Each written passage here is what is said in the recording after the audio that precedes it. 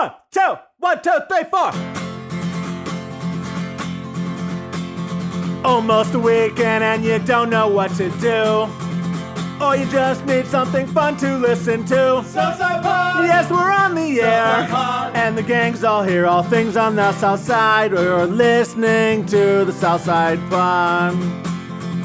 Looking for the best Southside breweries.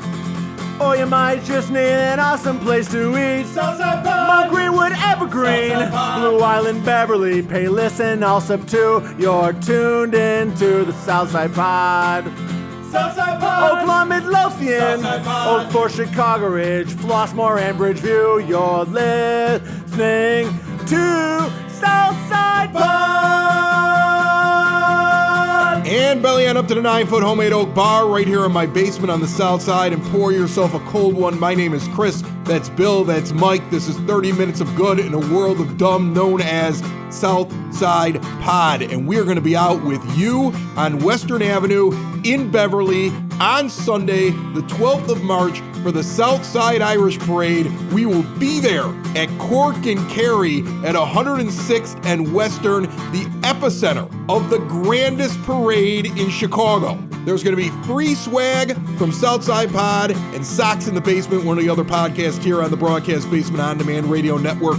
Get out and see us. Let's have a pint together. You listen to that opening song, there's been several variations of it, but a local mayor disappointed his town has not been included in the opening song for Southside Pod. We're talking to him in just a few minutes here down at the bar. And Tinley Park got rid of their vehicle stickers. We got the city clerk coming on to explain why. This episode and every episode of Southside Pod brought to you by Family Waterproofing Solutions.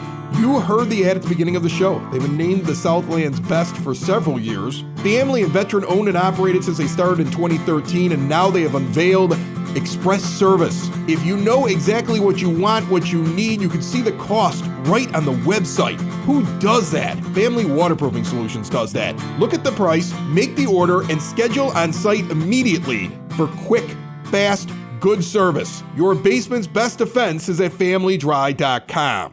Sitting down here at the 9-foot homemade oak bar, I have a listener of Southside Pod who reached out through the contact form at southsidepod.com and starts asking me, why don't you guys hang out in hometown more often? And he just signs his name Frank. And I wrote back to him. I'm like, Frank, you're right. We should be in hometown more often. Can you give me some suggestions about what we could do in hometown Illinois? And the response came from the mayor's office because Frank Finnegan is the mayor of hometown. How are you, sir? Doing great, Chris. How are you? Good. I appreciate you stopping by. First of all, I appreciate you listening. But I also thought it was really cool that you reached out and it was so funny. Like I hit a button there. Like I was like, just tell me about hometown. And the passion, what you wrote about. But the thing that sticks out to me the most is most of the people that are working for the village of hometown, which is only about a half mile in any direction there, it's like a half square mile, yep. Just to the north of Christ Hospital, Southwest Highway cuts right through it there, in between Pulaski and Cicero, not even making it all the way to Cicero, right? It doesn't. We do. Our west end is Cicero, okay. Correct. Yep. So, but running in that little section there, normally in other municipalities, it's a full-time job. The mayor's full-time, police are full-time, fire's full-time. But you guys are part-time, volunteer. It's very different in hometown, right? We're part-time. Part-time. So they're part-time. Okay. Yeah, we do have 4 full-time working in the clerk's office, but we do have part-time police officers. And, okay. And the fire district is all part-time. So it's all part-time. Because I Part-time. always remember, like, when I drive through hometown, you would have the siren go off. Like, as a kid, it's one of my oldest memories. You're driving along, you're at Southwest Highway, all of a sudden, like, the light changes, they stop all the traffic, the siren's going off, and now people are driving from different directions into the fire station to go out and do stuff. Because we used to go down Southwest Highway. I lived over at 80th and Spalding, and my grandparents were out in Palos. So the quickest thing is to jump right on the Southwest Highway coming out of St. Dennis Parish there, or Ashburn, whatever you call it. Take Southwest Highway, you go through hometown, and we always thought it was the coolest thing as kids, the siren would go off, and the fire department comes into work because there's a call. Yes, they did away with that. They became a district about 5 or 6 years ago, so now they have a lot more. They have, it's part-time, but they get paid per call type thing, but they're they're almost in training until they get taken on to another fire, like a full-time fire department. But they used to do that, and there was always concern that someone's going to get hit. There's going to be an accident because they're just rushing through town. There's a lot of time they had to get from the time the call was made to the firehouse, because they're going to leave the station with or without you. So yeah, it was always like a panic and like stay on the sidewalk. Right, exactly. Yeah, I mean, but I remember it was always cool for us as kids. So we would get excited, we would see it happening. But to me, I think it strikes me, part time. You came over here to join me today, and you were coming from work. Yep. You're a full-time mayor being called part-time, and so then you have a day job as well. So you must really care about your village. I guess that's the best way. That's what I'm trying to get to here. Like, for people to go and do those kind of jobs part-time, that's not because then they're not doing anything else the rest of the day. They're actually taking on extra responsibilities because they're working for hometown. Absolutely, Chris. And, I'm glad you touched on that because in our office, in the city clerk office, we're all, myself, the city clerk, 3 of the clerks themselves are lifetime hometowners. They grew up, born and raised here. Oddly enough, I was born and raised on Main Street in hometown. You couldn't get more generic than that. Our public work director is a lifer hometowner, and a few of the police officers, and of course 2 of the younger public works. But what it is, Chris, to go back to your original point, was I'm the youngest of 10 of like a Brady Bunch scenario. I've been taken care of my whole life by my older siblings. My wife's the youngest of 5. She's a Catholic from Morning Duty from LA Loretto. She's been taken care of by her older siblings. So we always have this service to give back. And my wife teases me, my favorite word in the whole world is reciprocity. I just love the circle. Continue the loop and to give back. And no one can do it themselves. So along the lines of what you're saying, yeah, it's service, but it is a commitment to the town. Because as I said in my email, we kind of get forgotten about. We are just a little old hometown, but it takes a lot to keep it going, and we don't mind. There's no complaining. It's just it's a duty of service. Yeah. All right, let's talk about hometown then. Let's pump you up. You don't get mentioned a lot. I understand that. I get it. Okay. We're a little brother. We're just forgotten about. Yeah, tiny little hometown. I mean, I'll tell you what my impression was of hometown when I was a teenager. It was once I hit hometown, I drove the speed limit. That's for sure. I know you guys were the speed trap along Southwest Highway back in the 90s. I'm not going to contest that. I'm not going to say it hasn't changed. No. And you know what? And as I'm older, you got a burrito place over there on Southwest Highway. Yeah, La Paita. I get in there a lot. Okay, that's a great late night burrito place. They're open late. Yeah, I had dinner with Congressman Caston there. Of all places, I only had 2 places to pick from in town: Pizza Plus, which has been there since '83, and then La Paita. So he shows up, he visits. He's like, where do we have to eat? You're like, I got 2 spots. That's exactly. Burritos or pizza? That's it. What do you want? We're hometown for crying out loud. Yeah, that's it. And I said, you want to take a tour of the town? He's like, I think I've seen it. And I'm like, yeah, you pretty much have. That's it. And then Bill, my co-host, brought this up when I mentioned that you were coming over here. Bill brought up that hometown, if I'm not mistaken, is all duplexes. Is that correct? Like your neighbor is right there. Everybody's like, it's like 2 families with like a wall that's like... It's a firewall, correct. It is a firewall, but the numbers are a little different than that. We have apartments called cooperatives that are run by the city, but we have 3 series of those in town, and then we have probably, of all the homes, I would say 98%. There's like 2 or 3 single family homes. The rest are duplexes. Yeah. And there's part of the design though, right? It was deliberate. Again, the origin of the town, it was meant as a starting place for some of the veterans coming home from World War II to kind of start their life and then a place to land when they got back and started life, get married, and then go off, move off. It's kind of a temporary, I hate to say, almost a temporary place. It was a temporary place. Yeah. Except now it's a permanent place for a lot of you. Yeah. And hometown is stuck. And, I think with the original idea of the town, that may give a stigma to some of the Evergreen Park, Oak Lawn. That's who we border. I don't have a stigma. No, but we do. We're carrying it. Oh, we're carrying it. You guys feel inferior is what you're telling me. No, I didn't never say that. Okay. No, we just carry it on our shoulder. Like, hey, we're hometown. And to prove it, so I called John the song. We're not including your song. Well, you made a new version variation. Saturday. Did it not get into that either? And I didn't get it. Really? He didn't get you that one either? Hometown. Okay. Well, look, he's going to make a hometown song. I already called him, but I was like, you got to get a hometown song. He's like, we'll get a hometown song. But you know what? I get it. And, on one hand, I'm going to blame that on the fact that he's a simple songwriter who just went for whatever rhymed. And he was just kind of like, yeah, this kind of fits. And I remember when he came up with it that day, he was just sitting here, he was 8 beers in, and he just kind of started jotting down a couple of names, and he just went with the thing. But you're right, we got to include Hometown a little bit more. So where would you suggest a new visitor to Hometown go first? Is there something, whether it be one of the restaurants we mentioned, service that you have there, something to see there? What are you most proud of in your town? Probably it's a little different, but it would be the fact that we're self-sufficient, but that's not to see. I love our people that are in the town where we have a school, elementary school, District 123 in our town. I went there as the last 8th grade graduating class. La Playita is great. We have Walgreens. I know it sounds like I'm naming some generic things, but these are the things that, are revenue based that we are important to us. Brand new car wash, 87th and Southwest Highway. Simon, who owns one in Alsip, came over and took a risk and is doing well. We have Mayor. So is that the same one that it was there years ago, or did somebody buy that and upgrade that it? One. Yeah, okay, correct. Yeah. We have Mayor's Park by City Hall on Southwest Highway that is a water splash pad in the summer, and that's an area where we're going to have some live music at the gazebo. And that gazebo, as I mentioned, was a gift from Mayor Jim Sexton to our old Mayor Kevin Casey. They're great friends from so the mayor of Evergreen Park gifted something to the mayor next door. He did. Little mayor gift right there. Yeah, you haven't been a mayor for very long, have you? No.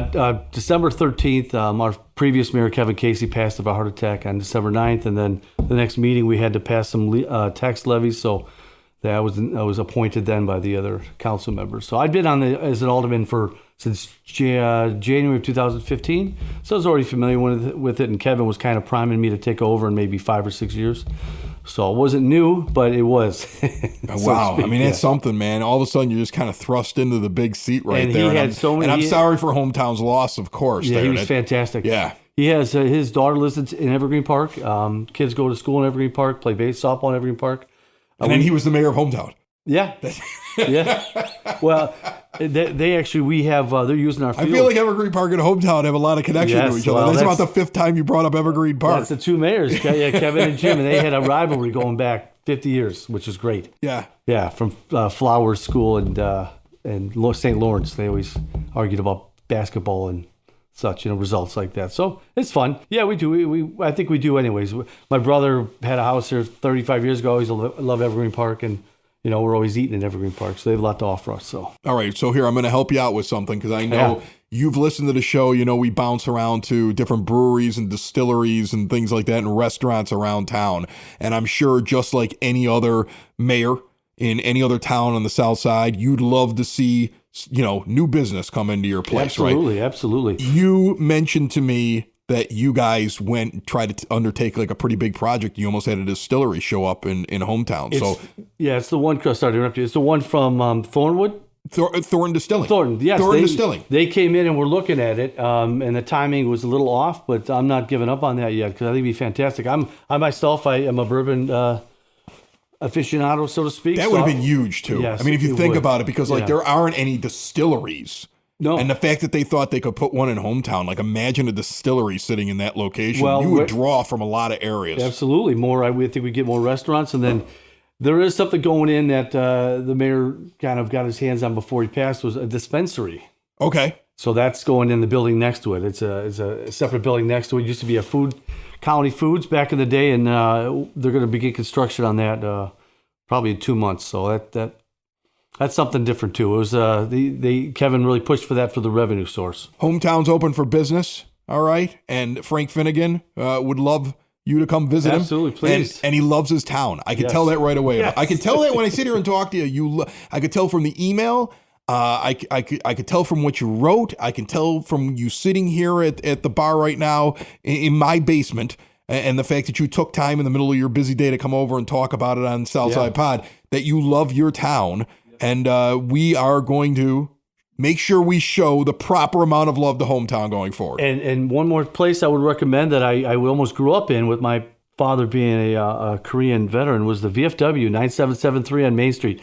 I would be remiss if I didn't mention that. They have good music and cold beer every night. Good music and cold beer is a winning combination all the time. Frank Finnegan is the mayor of Hometown, and he just joined us right here at the 9-foot Homemade Oak Bar on Southside Pod. Thanks so much, sir. Thank you, Chris. I appreciate you having me here. Oh my God! Oh my God! It's the Southside Pod! It's the Southside Pod! Oh my God! Oh my God! It's the Southside Pod! It's the Southside Pod! OMG! OMG! It's the SSP! It's the SSP! Oh my God! Oh my God! It's the Southside Pod! It's the Southside Pod! I've got it all set up. Very soon, Southside Pod can be back in Lamont at the new Pollyanna Social. This will satisfy my bourbon drinking. Make sure you're subscribed anywhere podcasts can be found and always at southsidepod.com so you don't miss that episode coming up. And we got a ton of comments on our last episode about the ghost when I was on the Kentucky Bourbon Trail. Neil Gibbons from Graveside Paranormal and the Paranormal Guys. He was trying to figure out whether or not I was drunk or if it was a haunting. Several people contacted us through southsidepod.com saying they had had similar experiences. I mean, I guess that makes me feel better that I'm not crazy. On the other hand, what the? That show's on demand. You can listen to it right after this show. You can also listen to us out at Blue Island Beer Company recently. Tom Walsh, your Edward Jones financial advisor, joined me in that one. That was an awful lot of fun having beers in Blue Island. Tom handles my money. He's got Bill's money. Mike is missing the boat. The good investment train is leaving the station, and he's standing there. He doesn't even have a ticket. He should call Tom Walsh. Couple of decades of experience taking care of people in the area. He's right up there at 111th and Kedzie. He sits down, he makes a financial plan. He looks at how old you are, what you want to do, what are you making, what may you be making in the future. Let's make the money work for you. Give Tom a call today. See what he can do for you at 773-779-0023. Or once again, stop in there on the corner of 111th and Kedzie. Joining me on the phone line right now, the village clerk in Tinley Park, Nancy O'Connor. How are you, Nancy? I'm well. Thank you, Chris. How are you? I'm good. You guys are doing something that I'm just blown away by because, you know, every town, every village, every city, they always try to find a way to make a little income, to bring in some money for village services and things like that. And once those things go into effect, you don't normally see things get taken away. But Tinley Park is getting rid of the vehicle stickers, those things right on your windshield that everybody has to go get. You guys got rid of them. Why'd you do that? Well, as you look around, I have seen some other municipalities rescind their vehicle stickers. And we got thinking about it. It actually has been something before I took office that had been contemplated for quite a few years. What we needed was the ability to replace the revenue that these stickers were generating. These stickers used to go into what's called the PMP program. That's the Pavement Management Program. And vehicle stickers over the last, I would say, 10 years have been declining in sales. And so we started looking at a way to replace that. And what happened was, and we're incredibly lucky here in Tinley Park, that we started to see an increase in businesses opening year over year. Starting in 2021, we have had 180 new businesses open in Tinley Park to date. Wow. Right? Right in the middle of COVID, we had 180 new businesses. And that's generating more income for us, or more revenue, I'm sorry. So as you look at what we have forward on the horizon of Pete's opening, we just had Floor and Decor open. That's huge. We have a number of big projects coming and opening. And we finally looked at it and said, okay, with what's opened in the last 2 years and what we have coming up, we can replace that deficit within the PMP program. You know, it's about $75,000 to administer the program. So we deducted that. We also hired 2 in-house engineers, which made a huge reduction in the PMP program. It saved us almost $200,000 to $250,000. So now we're only have to making up a small amount of money. And we see that we can do that with the new businesses and what we have coming up opening within the next year. This is a gesture of goodwill to the residents. We're here to represent them. We want to help them. We're in the middle of a recession.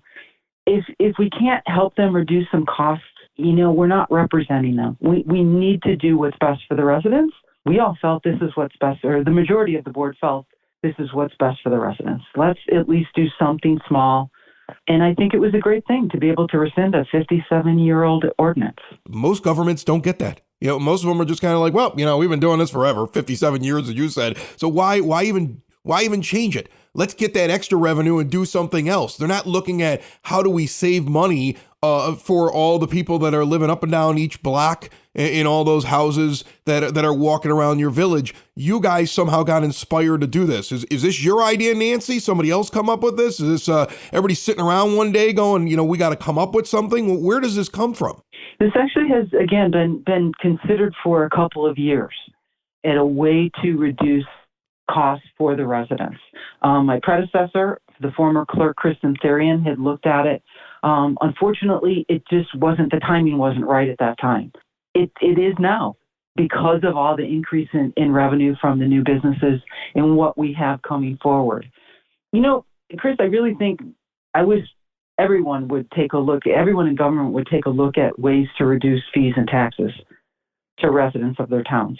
We need to look on our tax bills. We need to look at ways to make our government smaller. We need to look at, especially in the state of Illinois, we have the most taxing bodies of any state in our country. 632 taxing bodies in the state of Illinois. We need to reduce that. And by reducing that, we save our taxpayers money. That's what I think every government should be looking at. How do we save our taxpayers money? I noticed this during the troubles of the last few years as COVID was around and speaking with a lot of folks that are in charge of different villages or have positions within them, and then talking with people while we were out and about doing Southside Pod and some of the other podcasts on the Broadcast Basement On Demand radio network. And what I noticed was when the pandemic hit, people started to realize how much their small government has an effect on their day-to-day life and how much they can actually make a difference in it. Because all of a sudden, all the little villages were making different policy decisions and they were deciding what was best for their town, even though there was this big overarching thing coming from the state or the federal government. People were affected probably most at the local level. Do you think now, coming out of what happened a few years ago over the last couple of years, that people will pay more attention to the effect that their small government, the election that they all forget to go and vote in, actually that small government makes a big difference in their lives? I 100% agree with that statement. It starts local. It always starts local, from your municipalities to your park district, and especially to your school board. We all know that the school board is the highest tax on our property taxes. We need to pay attention. We all need to pay attention. And I think by working together as different taxing districts, we can start to lower that. I'm not saying cut services. We don't need to cut services. Let's cut out the extra that's not needed. We all need to do that, and everything starts local. So I think if more people pay attention to that, hopefully more people will start voting. I think historically we have about 30 to 35% that vote locally here in Tinley Park at the municipal level for those elections. I sure hope that increases. I hope it increases overall throughout the state and the country. But I think you're right. I think what's happened over the last few years has opened a lot of people's eyes to where to start to make a difference. And that difference is your town. So one quick question for you before I let you go. And it only comes from the fact that years ago, I worked in the Cook County Sheriff's Police as a dispatcher. And I know that they would look for people when they're on a traffic stop who didn't have that little sticker in their windshield. And if they didn't have it, that was because they probably lived in an unincorporated area, and they would sit there and say, well, you got to buy a Cook County sticker that goes in the window. Does a Tinley Park resident have to? I know you guys are giving away the stickers for free for people that just want to have them in the windshield. They just don't have to pay for them. Should they go and have that in their window to avoid confusion still and just get it for free? Or is that something that they don't need to worry about? Absolutely, they should get one.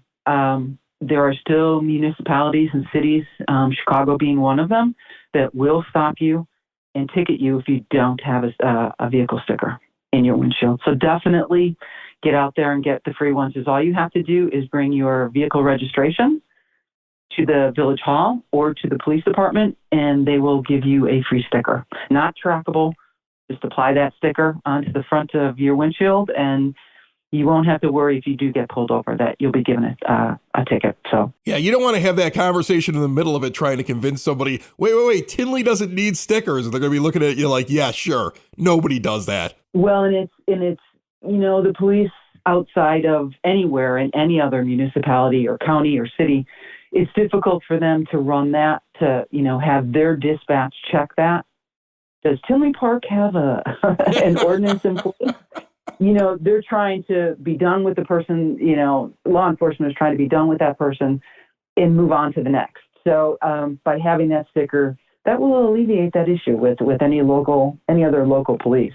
All right, Tinley Park residents, get your free sticker, put it on your car, and you don't need to pay anymore. And residents of all the other areas on the south side, maybe you got to start asking the question, do we need these anymore? You guys might start a revolution here. Let's hope.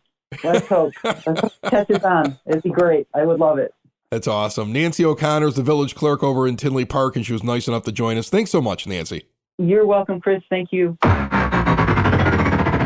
Have you been injured at work? Then you need someone who will fight for the care and compensation you deserve. The insurance companies will look out for themselves and their bottom lines, not you. I'm Matthew Coleman, partner and head of the work injury department at the law offices of Parenti and Norham. My team and I have the experience, dedication, and proven results it takes to fight for your rights. Call or text me today at 312-641-5926 or visit us on the web at pninjurylaw.com.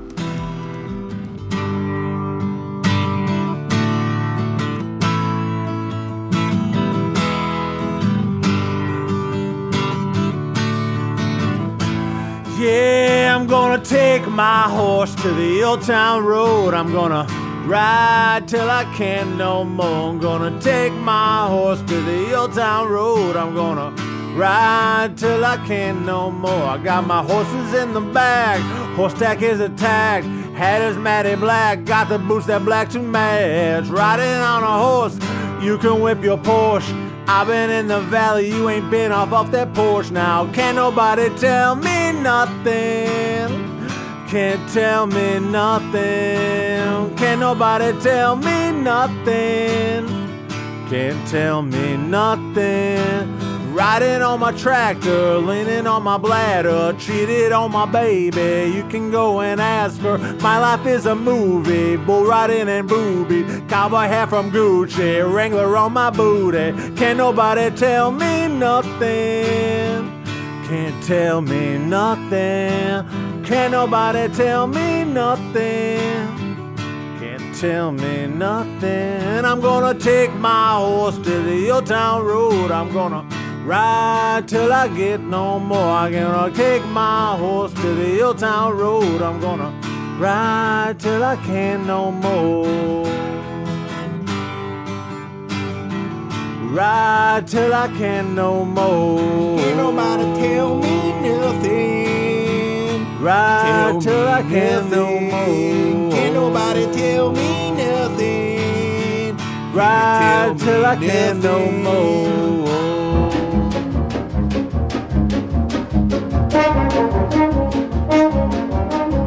It's now time for your Southside Pod Bulletin Board, brought to you by Cool Clouds Vapor Shop. Quitting smoking is hard, and Cool Clouds wants to give you an alternative.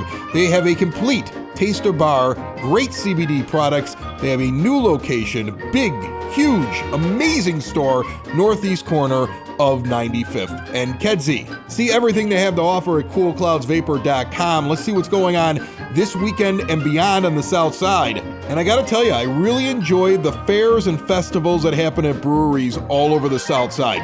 Flipside Bazaar is coming up at Flipside Brewing in Tinley Park, 7144 183rd Street. The 19th of March, starting at 11 a.m., going until 5 in the afternoon. Everything from home decor pieces, local art, jewelry, self-care, one-of-a-kind items that these artists are bringing out there. You shop, you check out cool stuff, you drink some beer. The weekend after that, Maker's Market Alien Edition, that's going to be at Sound Growler Brewing, the 25th of March. It is an alien-themed Maker's Market in the brewery, 8201 183rd Street, Tinley Park. They got great tacos there at that Sound Growler and excellent beers. Starts at noon, goes till 5. All of these artists, all of these small businesses that are going to be at this fair, everything's going to dabble in the extraterrestrial. That sounds cool. Mark it on your calendar for the 25th of March. Looking at this weekend, everybody knows the parade is coming. We're going to be out there again, Cork and Carry,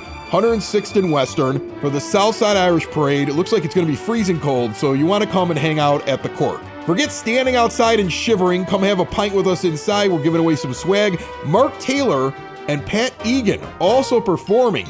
They start playing at 2 p.m. On Saturday and Sunday this weekend, Carl Sandburg High School is having their annual craft show, 9 a.m. until 3 p.m. 133rd and LaGrange, $3 entry for adults, $2 for seniors. Kids under 12 are free with an adult. Numerous crafters in attendance and musical entertainment from some of the students. All proceeds go to the Carl Sandburg High School Music Boosters. The Village of Lamont on Saturday the 11th, 2 p.m. until 4 p.m., a Seuss celebration at 3 Stories Books. The Cat in the Hat will be on site. Bring the kids out to 310 Canal. Get your tickets in advance at mablesmarket.com. And the final item of the weekend brought to you by Sid Sauce, peppers grown on the south side, bottled on the south side. There's a hot sauce for every palate, for every type of food. Small batch, craft hot sauce made here on the south side. Check it all out at sidsauce.net. It will be Oscar night in Blue Island at the Lyric Theater on Sunday. They are actually going to have a red carpet outside for this viewing party. At 5 p.m., you dress up, you walk the red carpet. Then they're showing the Oscars on the big screen and having a big party starting at 7. Light appetizers will be served. There'll be concessions, the cash bar, all at the Lyric Theater in Blue Island at 12952 Western Avenue. That's your bulletin board, and this has been Southside Pod. Make sure you subscribe. You never want to miss an episode. And if you do, luckily they're on demand. In fact, after this song, the next one will probably just autoplay for you. Stick around. It's the Southside! It's the Southside! It's the Southside Pod! Thanks for listening! Thanks for tuning in to the Southside Pod! Y'all come back now, you hear?